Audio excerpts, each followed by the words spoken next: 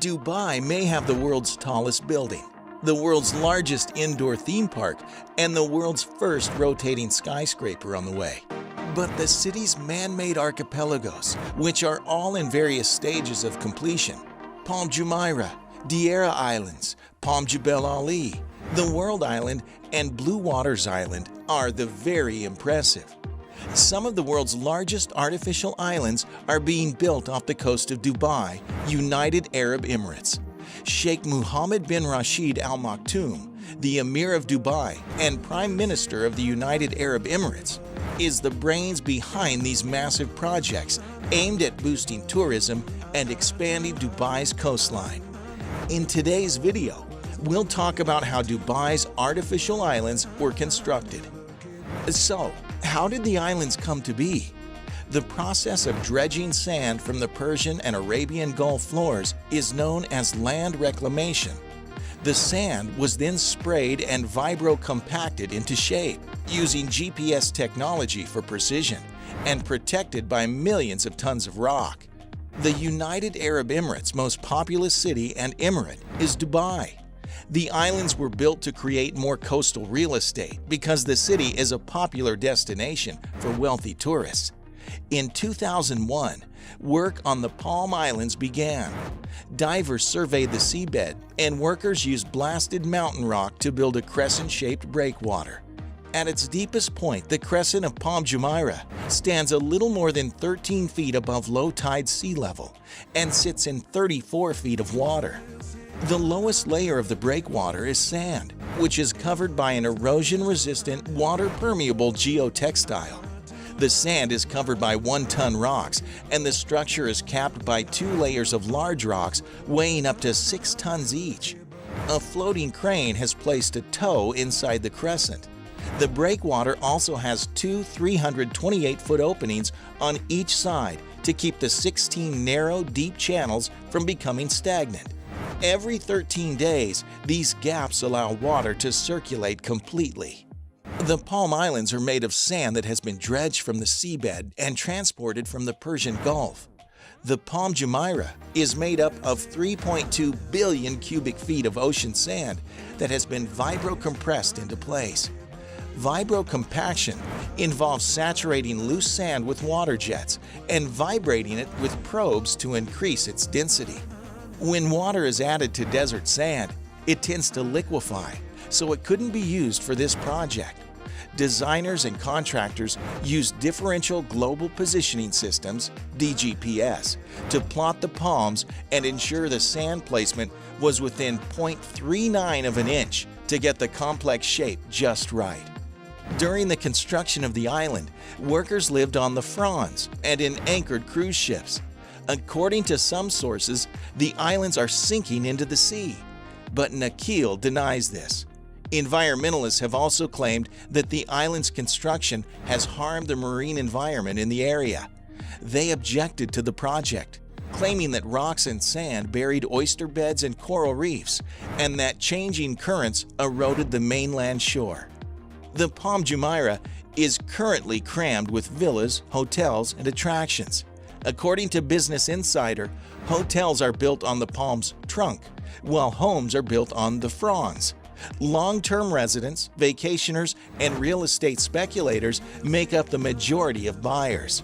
Palm Jumeirah is home to around 80,000 people, with a capacity of 120,000, and is a popular tourist destination. A 6-lane subsea tunnel connects Palm Jumeirah to the mainland to facilitate tourism and make life easier for residents. Before re-releasing the water, workers used a dam to drain the area and excavate the seabed. The only public transportation option on the island is a monorail that runs the length of the palm. It opened in 2009.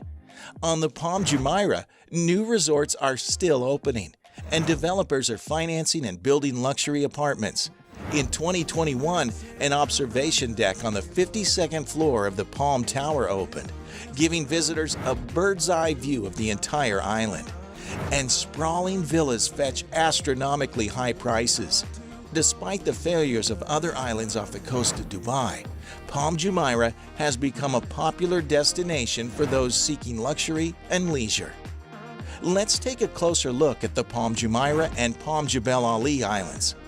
Palm Jumeirah is the most well-known of the bunch, with a trunk and 17 fronds shaped like a palm tree and surrounded by an almost 7-mile-long crescent-shaped island that is home to Atlantis, the Palm, just one of many luxury hotels and resorts that dot the archipelago.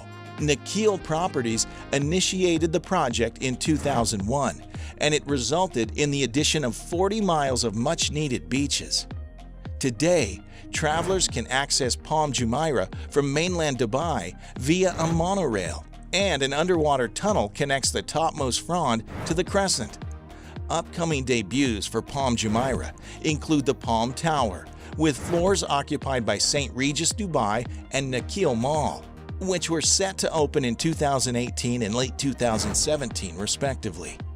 Work on a second Palm Island, Palm Jebel Ali, began in 2002, but due to the 2008 financial crisis, construction halted. Nakheel has since reassured reporters that Jebel Ali is not canceled, but a long-term project. If and when the island is complete, it will be 50% larger than Palm Jumeirah and feature homes built on stilts, a water park, villas, 6 marinas, and sprawling boardwalk shaped into the words of a poem written by Sheikh Mohammed himself. Next is Deira Island. The idea of a third Palm Island, Palm Deira, set to dwarf the other two at 8 times the size of Palm Jumeirah, was introduced in 2004. However, in 2013, Nakheel shifted gears and renamed the project to Deira Islands, opting to create 4 smaller man-made isles.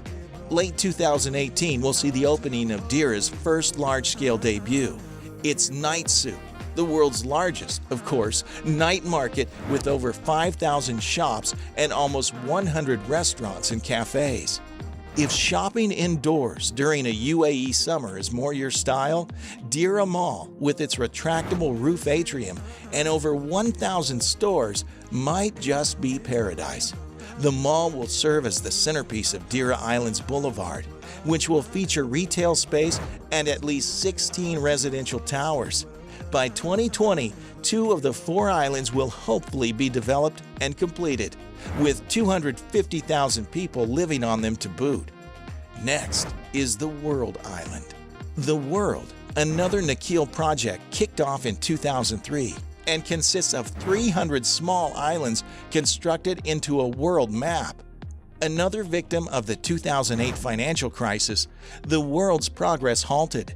By 2013, only Greenland and Lebanon had been developed. Unfortunately, the World Island is sinking. Despite this erosion issue, developer Kleindienst Group is hoping to revive the world in a big way with the launch of the Heart of Europe by 2020. 6 Kleindienst-owned islands round out the project, each providing visitors a slice of very high-end European life, complete with underwater villas, aka floating seahorses, 5-star hotels, and even streets lined with manufactured snow. The St. Petersburg Island, which is shaped like a heart, promises to be the world's premier honeymoon destination. And lastly, the Blue Waters. Giving Nakheel a run for its money is Maras Holdings with its Blue Waters project that began in 2013, opening by late 2018 or early 2019 with an observation wheel, Ain Dubai, that will put the London Eye to shame. You've guessed it, it will be the world's largest. Blue Waters is aiming to become Dubai's family-friendly tourism hotspot. The island will be broken into zones, featuring over 200 retail and dining options, apartment complexes, and townhouses and hotels with prime beach access. Do you consider Dubai as your next destination to visit? Let us know your thoughts in the comments section below, and be sure to like and subscribe to our channel to see more videos about Dubai.